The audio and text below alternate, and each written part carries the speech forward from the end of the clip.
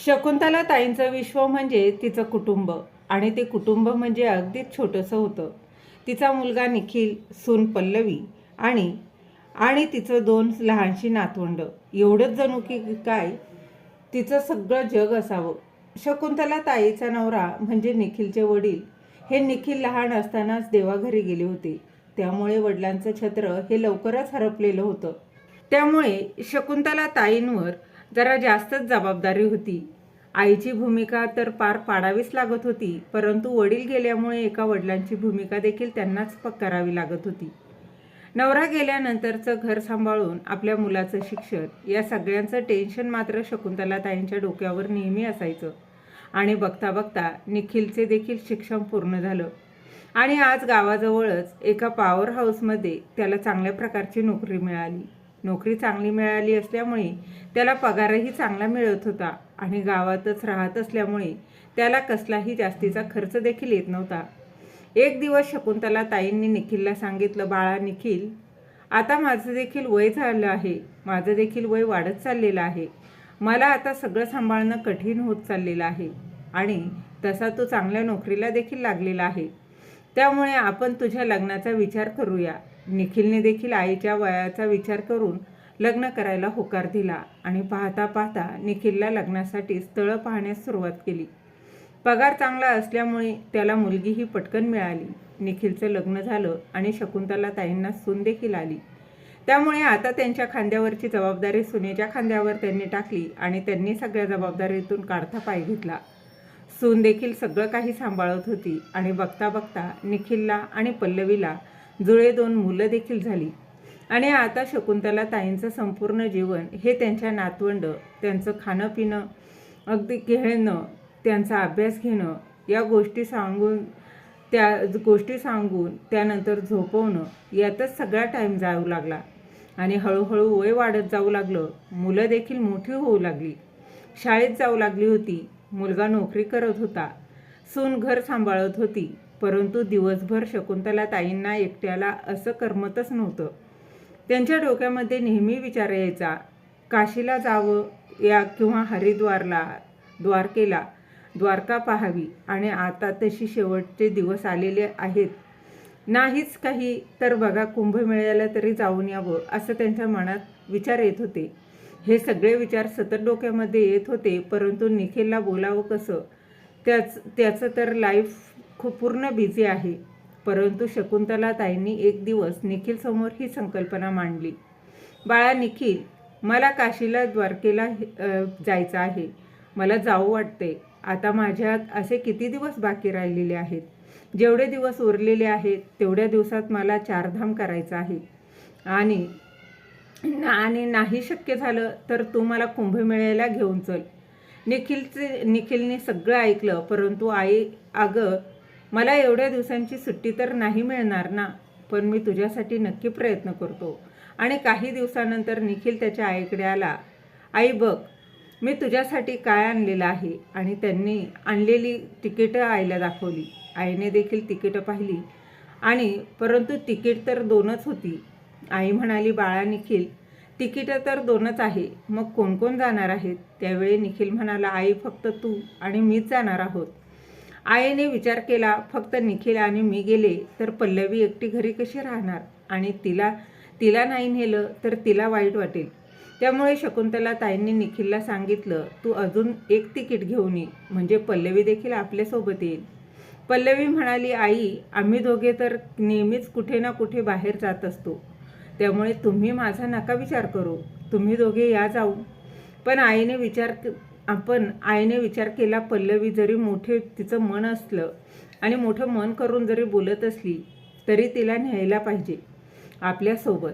म्हणून आई निखिलला म्हणते, अरे बाळा, एवढ्या लांबच्या प्रवासाला आपण जाणार आहोत, तू एकटा मला कसं सांभाळशील? त्यापेक्षा पल्लवीला सोबत घे, म्हणजे तुम्ही दोघे मला सांभाळशाल. आई तुम्ही काळजी करू नका, निखिलच तुम्हाला सांभाळून येतील आणि सांभाळून घेऊन येतील. अगं आई, तू काळजी करू नकोस. मी लहान असताना तू जशी मला जपून न्यायची, सांभाळून आणायची, माझा विश्वास असायचा माझ्या आईवरती, तसंच तू माझ्यावरती विश्वास ठेव. मी तुला सांभाळून घेऊन जाईल आणि सांभाळून आणेल. ठीक आहे असं म्हणत दुसऱ्या दिवशी निखिल आणि शकुंतलाताई प्रवासात निघाल्या. ट्रेनचा प्रवास होता. ट्रेन सुरू झाली आणि जशी जशी ट्रेन सुरू झाली तसतशी शकुंतलाताईंना थंडी वाजायला सुरुवात झाली. 2 दिवसांचा प्रवास होता आणि प्रवास देखील लांबचा होता. शकुंतलाताईंनी विचार केला, मी उगाचच एवढ्या लांब निखिलला घेऊन आले आहे. माझ्यामुळे बिचारा निखिल, तो देखील अजून झोपलेला नाही. निखिलने बोलावं, आई काळजी करू नकोस, मी आहे ना. आणि 2 दिवसांचा प्रवास संपवून निखिल आणि शकुंतलाताई कुंभमेळ्याच्या ठिकाणी रेल्वे प्लॅटफॉर्मवर उतरली. आणि उतरल्याबरोबर वातावरणातील गारवा पाहून हवा, वारं ते देखील सुटलं होतं. वातावरणात थंडावा पसरलेला होता आणि पाऊसही सुरू झाला. जसा पाऊस सुरू झाला तसा प्लॅटफॉर्मवरची गर्दी अजूनच वाढली. परंतु जसजसा पाऊस कमी झाला, बंद झाला, तशी सगळी गर्दी अचानक विरळ झाली आणि निखिल आपल्या आईला घेऊन रूमवर गेला. रूमवर गेल्यावर शकुंतलाताई निखिल फ्रेश होऊन गंगा स्नानाकरते निघाले आणि निघणारच होते. निखिलने सांगितलं आहे, तिथे खूप गर्दी आहे आई, माझा हात सोडून कुठेही जाऊ नकोस. निखिलने शकुंतलाताईंचा हात धरला आणि कुंभमेळ्याच्या ठिकाणी गंगा स्नानाकरता आपल्या आईला धरून गंगेचे स्नान करून घेऊन व्यवस्थित सुखरूप बाहेर आला. गंगेचे स्नान झालं, देवदर्शन झालं. आईने निखिलला सांगितलं, बाळा आता मी भरून पावले. माझी इच्छा होती मरणाच्या आधी एकदा तरी गंगेने स्नान करावं आणि माझी ती इच्छा तू पूर्ण केलीस. मी देवाचे आभार मानेन की तुझ्यासारखा चांगला मुलगा माझ्या पोटी जन्माला दिला. निखिल म्हणतो, अगं आई, कसले आभार मानतेस तू? मी तर फक्त माझं कर्तव्य करतोय. आता बस झालं असं म्हणून निखिल म्हणाला, आणि आई तू इथे बस, मी जरा मार्केटमधून फिरून येतो. मार्केटमध्ये फिरायला जाणार म्हणून निखिलने आपल्या खिशातून काही पैसे काढून आईच्या हातामध्ये दिले. आईने विचार केला, अरे बाळा निखिल, मला कशाला पैसे पाहिजे, तू ये मार्केटमधून फिरून, मी इथे बसते. निखिल म्हणतो, अगं आई राहू दे, तेवढे पैसे तुझ्या हातामध्ये. आईने देखील विचार केला, मार्केटमध्ये उगाच चोरांकडून पैसे चोरीला जाण्यापेक्षा माझ्याकडे पैसे सेफ राहतील. त्यामुळे शकुंतलाताईंनी देखील निखिलकडून पैसे घेऊन त्यांच्या पर्समध्ये ठेवले. निखिल मार्केटमध्ये फिरायला गेला. आता भरपूर वेळ झालेला होता, अगदी सायंकाळ होत आली होती. आईच्या मनामध्ये नको नको ते विचार येत होते. सायंकाळ होत चालली, अंधार पडतोय, अजून माझा निखिल कसा आला नाही.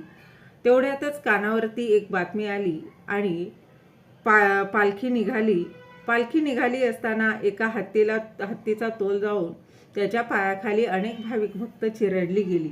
त्यामध्ये काही मृत्यू देखील पावले आहे, त्याचबरोबर काही जखमी देखील झाले आहेत.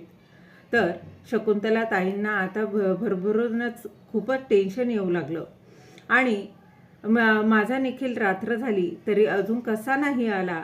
देवाला प्रार्थना करू लागल्या, हे देवा भगवंता, माझ्या लेकराला काही होऊ देऊ नको.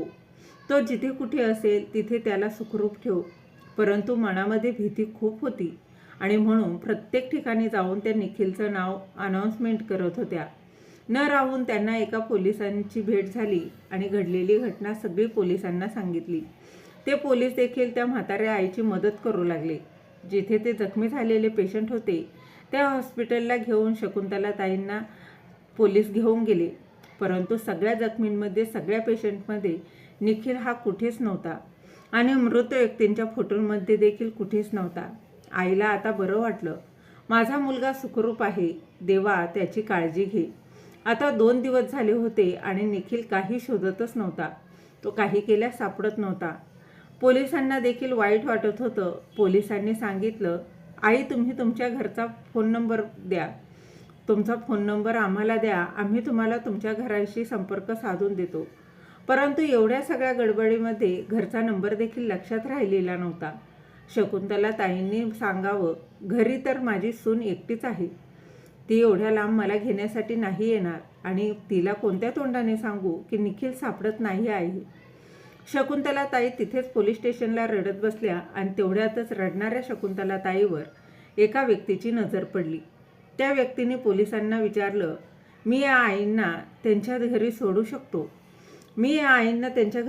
शकतो का? मी त्यांच्या जवळपासच्या बाजूच्या गावात राहत आहे. त्यांच्या मुलाला मी ओळखतो. पोलिसांनी त्या माणसाची संपूर्ण चौकशी केली. त्याचा नंबर, त्यांचं ॲड्रेस घेऊन शकुंतला ताईंना त्याच्याजवळ पाठवलं. त्याच्यासोबत पाठवल्यानंतर त्या म्हाताऱ्या आईच्या मनामध्ये अनेक प्रश्न येत होते. हा नक्की मला किडनॅप करून घेऊन तर जाणार नाही ना? घरी सोडतोय की नाही अशी भीती अगदी मनामध्ये येत होती. आणि त्याच वेळी त्या माणसाने सांगावं, मावशी तू काळजी करू नकोस, तू माझ्या आईच्या वयाची आहेस, मी तुला सुखरूप तुझ्या घरी पोचवेल, मी निखिलला चांगलं ओळखतोय. शकुंतला ताईने देखील त्या माणसावरती विश्वास ठेवला आणि घरच्या दिशेने निघाली. एवढ्या लांबचा प्रवास संपवून त्या व्यक्तीने शकुंतला ताईला आपल्या घरच्या पत्त्यावर सोडलं आणि समोर पाहताना ते दृश्य अगदी दारासमोर सफेद मंडप लावलाय, जेवणाऱ्यांच्या पंक्ती पडल्या होत्या, एका फोटोला हार घातलाय, कोणीतरी शोकांतिका व्यक्त करतंय, कोणी श्रद्धांजली वाहतंय. हे सगळं दृश्य पाहून एका क्षणाला वाटलं, आपण दुसऱ्या कोणाच्या तरी परक्याच्या घरी तर आलो नाही ना, असा प्रश्न मनात आला. आणि तेवढ्यातच धावत पळत येऊन छोट्या लहानशा नातवंडांनी आजीला मिठी मारली आणि आईबाबांना ओरडू लागली, आई बाबा आपली आजी आलेली आहे. आणि शकुंतला ताईंचे तिथे येणे झाल्याच्या नंतरला सगळ्यांनाच धक्का बसला. परंतु शकुंतला ताईंना आनंद झाला निखिलला पाहून. माझा निखिल तर सुखरूप घरी आहे. तिने देवाचे आभार मानले. निखिलनेही धावत पळत येऊन आईला मिठी मारली. पल्लवीने देखील आईला जवळ घेतलं. ज्या आईचा ते 13वा घालत होते ते बंद करून आता ती आई आली म्हणून आनंदाने लोकांना जेवण घालत होते. सगळ्या लोकांनाही आनंद झाला. कोणी ढोल वाजू लागलं. त्या म्हाताऱ्या आईचे दर्शन घेऊन सगळे आशीर्वाद देत होते. सगळे नातेवाईक पाहुणे जेवण करून गेल्यानंतरला निखिलने आईला विचारलं, आई तू कुठे गेली होतीस? मला वाटलं तू हे जग सोडून देवाघरी गेलीस. आईला हे ऐकून खूप वाईट वाटलं. चुकलं या लोकांनी माझा आज 13वा घातला आहे. परंतु आईला मनाशी समजलं होतं. तिने काही न बोलून दाखवायला गप्प बसली. संध्याकाळी रात्रीच्या वेळी रात्रीचं जेवण उरकून सगळेच जण आपापल्या खोलीमध्ये झोपायला निघून गेले आणि शकुंतला ताई देखील त्यांच्या खोलीमध्ये येऊन झोपल्या. परंतु घसा कोरडा पडल्यामुळे त्या पाणी पिण्यासाठी किचनमध्ये गेल्या आणि जाताना त्या निखिलच्या बेडरूमपासूनच जात होत्या. त्यावेळी निखिलचा आणि पल्लवीचं बोलणं चालू होतं. तुम्ही एवढ्या लांब आईला सोडलं तरी तुम्ही मला बोलले होते ना, आई एवढ्या लांबून परत कधीच येणार नाही. मग अशी काय तुमची आई एवढ्या लांबून घरी परत आली? निखिल म्हणाला, पल्लवी बघ, ती माझी आई आहे. तिची इच्छा पूर्ण करण्यासाठी मी तिला तिकडे घेऊन गेलो. परंतु तुझ्या सांगण्यावरून मी तिला तिथे सोडून आलो. माझं मन मला खूप खात होतं. मी माझ्या आईला मृत्यूच्या दारामध्ये ढकलून आलेलो होतो. पण हे पाप कोणता होताना देवाने मला वाचवलं आणि माझी आई सुखरूप परत घरी आली. यातच मला आनंद आहे. आता मी माझ्या आईला कधीच अंतर देणार नाही आणि मुळातच तुझ्या सांगण्यावरून तर नाहीच नाही. तुझ्या सांगण्यावरून मी खूप मोठं पाप करत होतो. या सगळ्यातून माझी मुक्तता झाली आहे. तुला तुझे आईबाप लागत आहे तसेच मलाही माझे आईवडील लागत आहे. माझे वडील तर मला लवकरच सोडून गेले. निदान देवाने माझी आई तरी माझ्यासोबत दिलेली आहे आणि मला माझ्या आईचा सहवास पाहिजे. यापुढे माझ्या आईच्या बाबतीत एकही वाकडा शब्द मी तुझ्या तोंडून ऐकून घेणार नाही. हे पल्लवीचं आणि निखिलचं बोलणं ऐकल्यानंतर शकुंतला ताईंच्या पायाखालची अगदी जमीनच सरकली. मी माझ्या लेकाला आणि सुनेला एवढी जड झाले होते की त्यांनी मला एखाद्या गर्दीच्या ठिकाणी एवढ्या लांबवरती सोडून दिलं. त्यांना वाटलं मी कधीच परत येणार नाही आणि म्हणून जगाला दाखवण्यासाठी त्यांनी माझा 13वा देखील घातला. आणि हे सगळं बोलणं ऐकल्यामुळे शकुंतलाताई पुन्हा हादरल्या आणि तिथेच जागच्या जाग्यावर त्यांनी शेवटचा श्वास घेतला. कधीकधी घरामध्ये आपण आपल्या बायकोच्या सांगण्यावरून आपल्या आईबाबांना लांब करत असतो, त्यांना वाईट वागणूक देत असतो. बायकोला आपले आईवडील प्रिय असतात परंतु सासू सासरे नाही. अशा बायकोचं ऐकण्यापेक्षाही हे समजावून सांगा तुला जेवढे तुझे आईबाबा प्रिय आहेत तेवढेच मलाही माझे आईवडील देखील महत्त्वाचे आहेत. आणि हेही सांगून ऐकत नसेल तर तिला सांगा, तुला माझे आईवडील आवडतच नाही म्हणून मी सोडून देतो, परंतु एक अट आहे, मलाही तुझे आईवडील आवडत नाही म्हणून तूही त्यांना सोडून द्यायचं आहे. त्यांना ती अट मान्य करणार नाही आणि तिलाही वास्तव्य परिस्थितीची जाणीव होईल आणि तुमच्या आईवडिलांचा सांभाळ करेल. तर आजची ही कथा तुम्हाला